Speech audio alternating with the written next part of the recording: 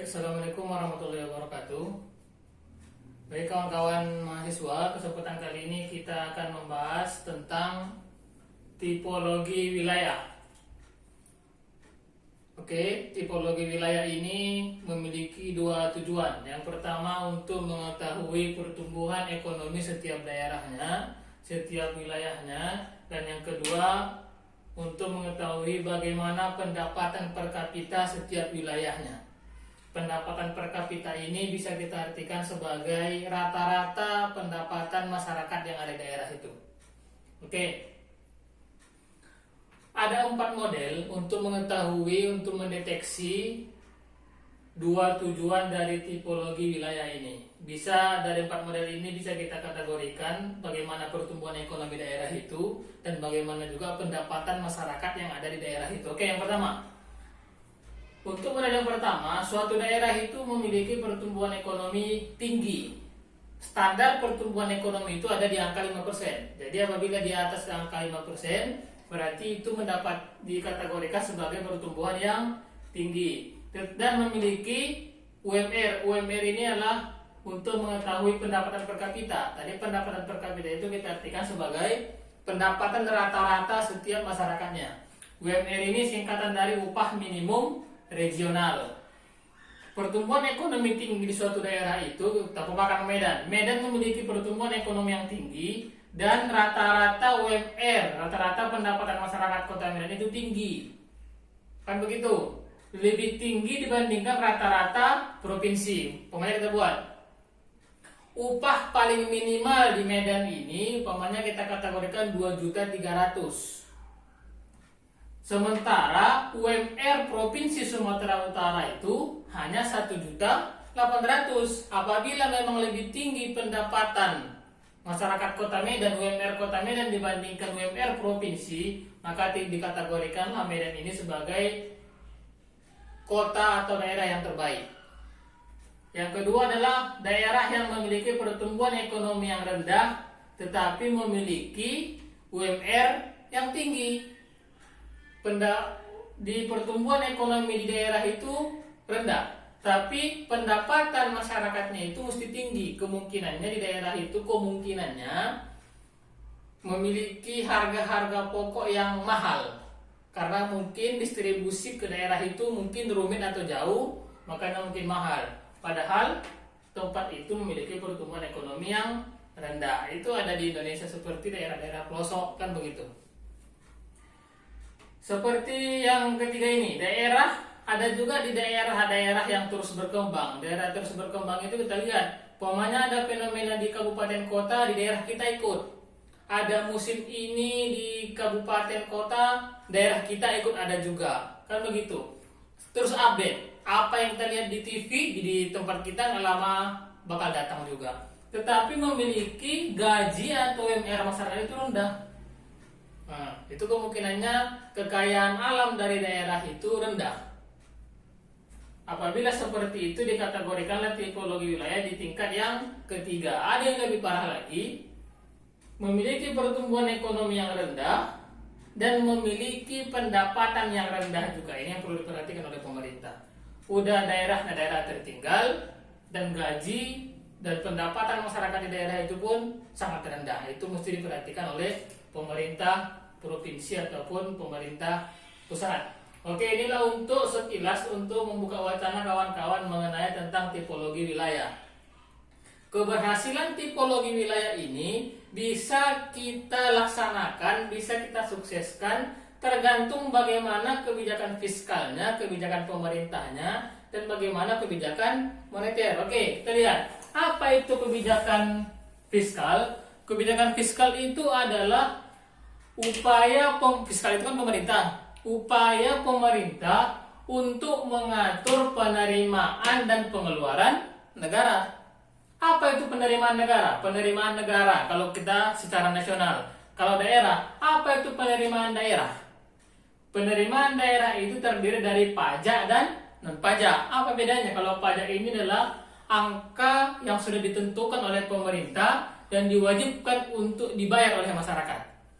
Dan itu menjadi pendapatan pemerintah. Kalau non pajak itu dapatnya pendapatan yang datang dari masyarakat, tetapi dia tidak ditentukan untuk pembayarannya.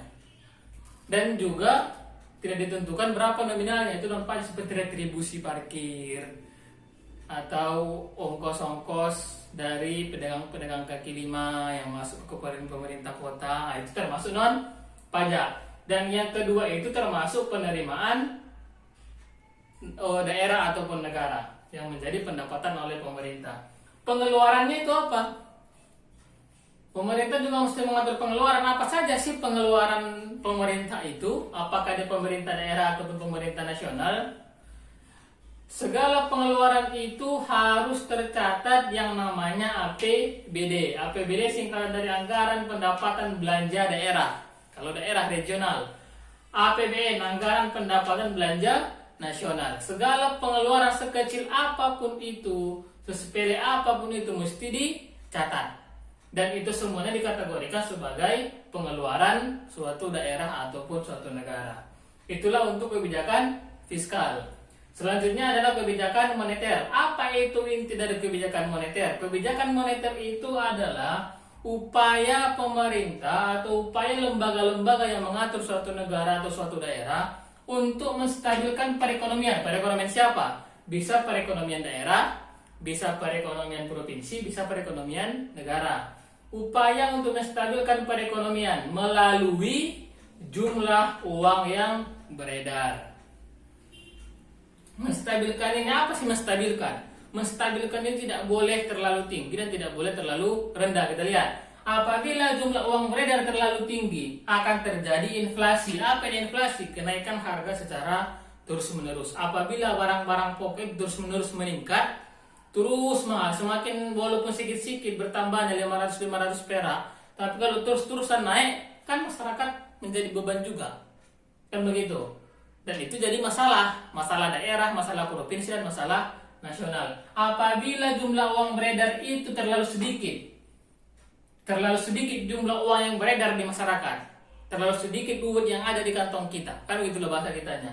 Apabila jumlah uang beredar yang ada di masyarakat itu terlalu sedikit, maka akan terjadilah deflasi. Kebalikannya apa itu deflasi? Penurunan harga secara terus-menerus, bola-balik turunlah harga itu. Konsumen senang, siapa yang rugi di sini? Penjual.